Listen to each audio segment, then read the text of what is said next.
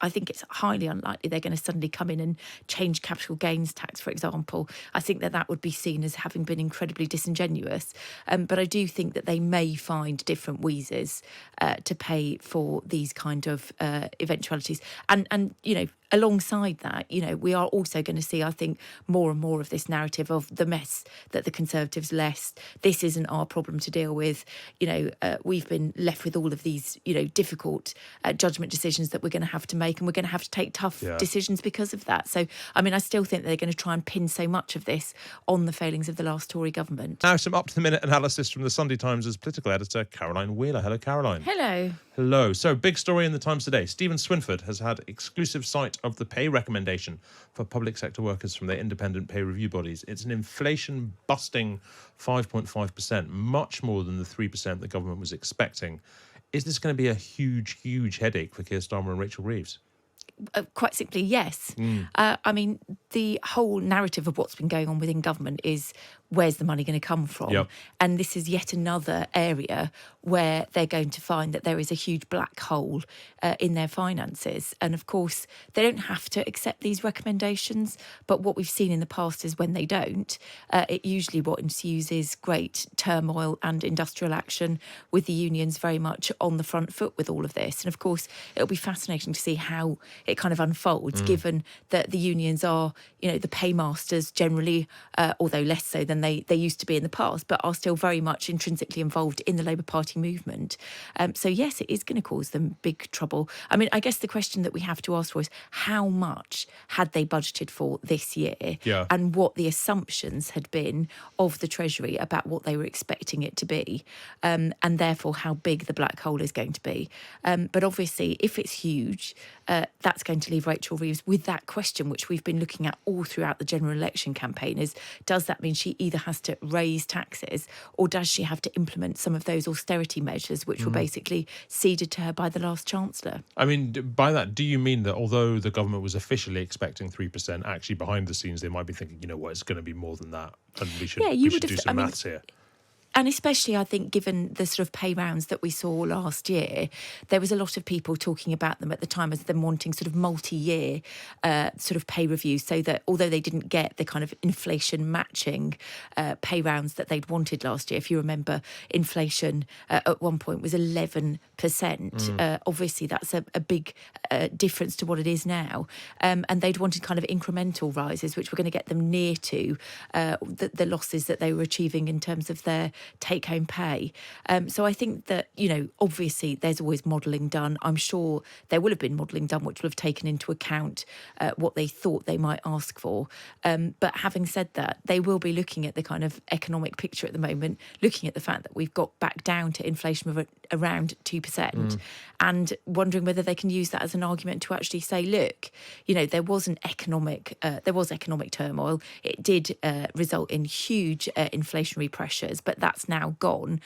We've now got to really look at these kind of pay issues, because what we don't want to do is suddenly give them lots more money in pay, and then that spikes inflation all over again. But where will they find the money? Because the assumption has to be that they're going to find the money, because it seems, I may be calling this wrong, but it seems unlikely that the first major thing that Keir Starmer wants his government to do is have a huge fight with both the unions and the left of his own party over not paying public sector workers enough. That seems unlikely.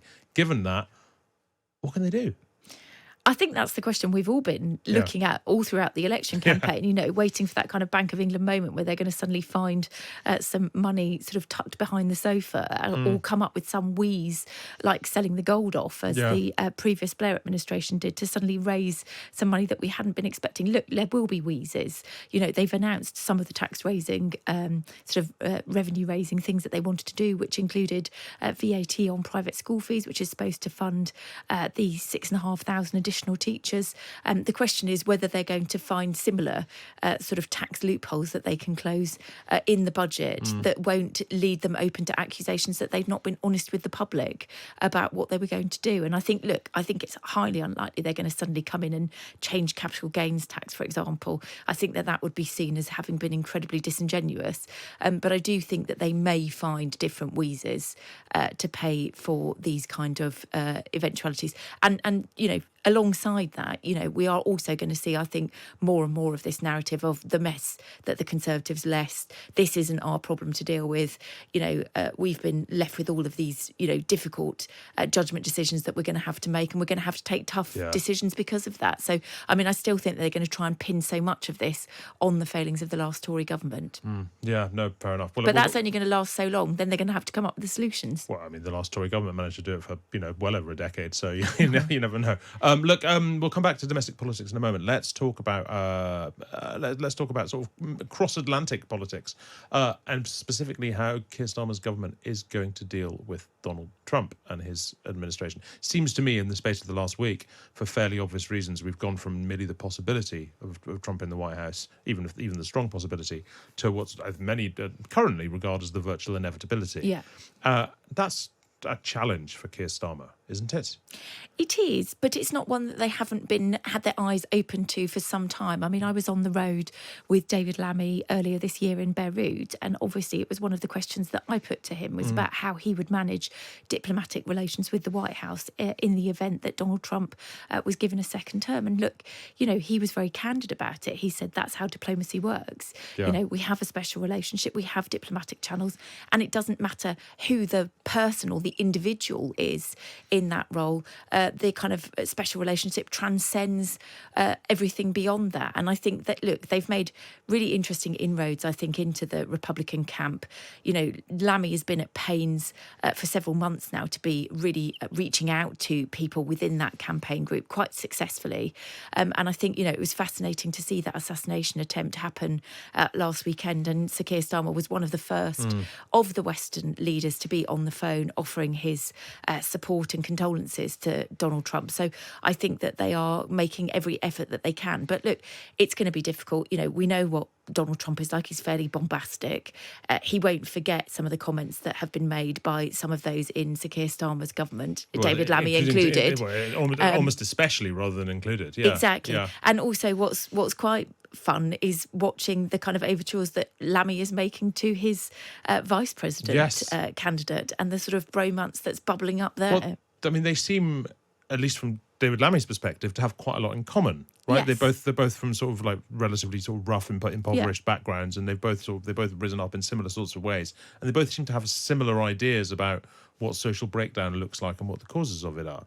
Yeah, exactly. And, the praising of the books and, the kind of, talking about it. And, what's interesting about Vance is that I think people don't understand so much over here, and I've been sort of learning more about it as this has been going on, is that he is quite an intellectual.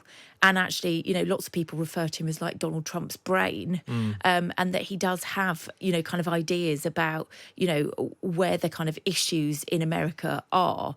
And I think that some of the stuff that he's talking to will be things that David Lammy can very much get on board with. So I wonder whether he thinks that Vance is the kind of, the sane, and I say that, in a respectful way, but the kind of the route through to the Trump administration, which might be more fruitful than dealing with the main man himself. Yeah, I find myself, I keep thinking about the relationship between Tony Blair and George W. Bush, which beforehand and a similar. Didn't look very likely, albeit a less extreme. The differences there were less extreme, but it was one of the closest transatlantic relationships we've ever had. And beforehand, people would have said, people did say, how on earth will Blair cope once Clinton's no longer there? Well, look at Theresa May, and at the end of it, she was holding his hand. So Yeah, no, indeed. Well, maybe Keir Starmer will be doing the same. Back domestically, we had the King's speech last week. We were talking about this earlier in the show, but it's specifically the planning, the building 1.5 million houses, largely in the Greenbelt. Do you think that, I guess, double question, do you think this is ever going to happen? Because people promise this sort of thing quite a lot. But more specifically, do you think that Labour is really, really prepared for a fight here? Yes, there are people who do not want their view built on, but they're not often Labour voters. This is a way for Labour to signal to people who are Labour voters, we're really going to do the stuff we promised to do. I can just see a big, big, big fight that Labour wins, that the government wins, on the horizon about all this. Yeah, I think you're right, and I think they are very serious about it. It's not an easy message to land. If you think about the kind of Telegraph readers, if you start writing about the Greenbelt, you have people immediately panicking. It's very definitely one of those issues which is, is incredibly divisive. I thought Kemi Badenoch's speech yesterday, when she took on Angela Rayner in the King's Speech, particularly over the kind of planning issue, was fascinating. The point that she kept making over and over again was actually, these are now your voters. Yeah. I think at the beginning, before the election, it was something like 15% of those people that were living in the kind of greenbelt areas were sort of Labour Party voters. It's now 50% of them. So she was signalling very clearly that if they were going to take on this fight, they were actually going to be taking on this fight with their own supporters, in effect. But look, yes, I do think that they need to have this fight. They are really putting planning at the beating heart of their growth agenda. It is really the arena where they see there being the most likely kind of quick gains, as it were.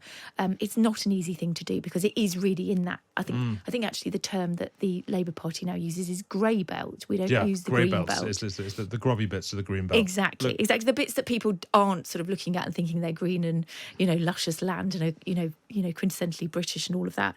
So, I think they do need to do it. But the reason they need to do it is actually about practicalities. Yeah. And it is actually, if you're going to meet that target, and you were saying, is it an ambitious target? Yes, it is. All previous governments have missed it over and over and over again. And if they are going to meet it, it just has to happen. Sure. So I think you're absolutely right that they've got to have this battle, and it does have to be something that they're going to win if they're going to deliver on what they've said they're going to do. And that's absolutely at the core of what Sir Keir Starmer is about. He doesn't want to look back after 5 years in government and be accused, as so many of the other previous government, of having failed in his promises, because that, he thinks, is the reason that we've seen a kind of collapse in some of our democratic processes, and perhaps one of the reasons why we saw a lower than expected turnout at the election, because genuinely people have turned off politics. Thank you very much indeed, Caroline Wheeler. And you can read more from Caroline in the Sunday Times tomorrow, or all other Sundays, or with a digital subscription via thetimes.com.